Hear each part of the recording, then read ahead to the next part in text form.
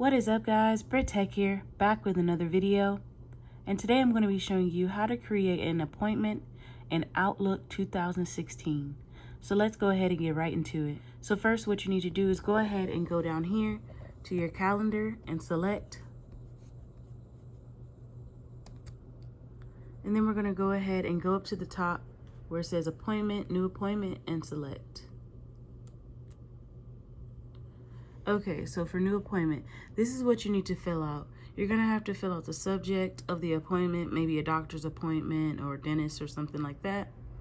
And then you can also use this for scheduling PTO or any times you're going to be out of the office. So you can put a location as well or leave it open. That's really optional.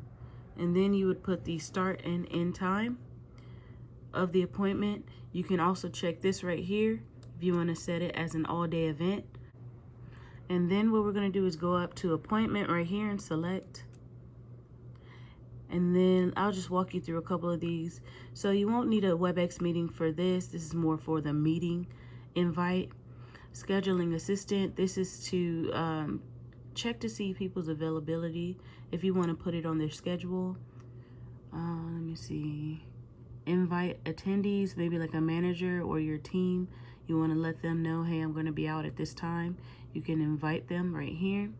You just select that, and then it'll bring a to field into the invitation. And so let's go back to the options, and you can also cancel the invitation right here.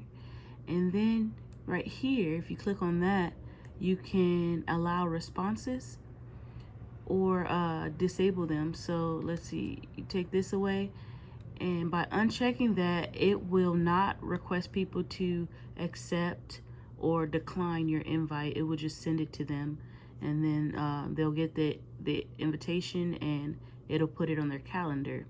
So by unchecking that, and then for this one, you uncheck it, and people won't be able to propose a new time for the actual appointment.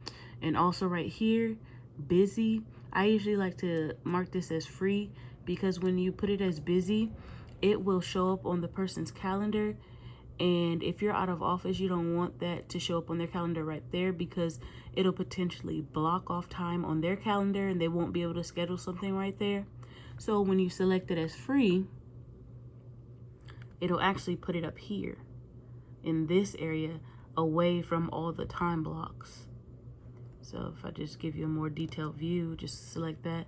You see how this is up here instead of down here in the time blocks. So that's pretty much what that does. And let's go back to it. But yeah, guys, that's pretty much it. I hope you enjoyed this video. Don't forget to like, comment, and subscribe, and I'll see you guys next time. Peace.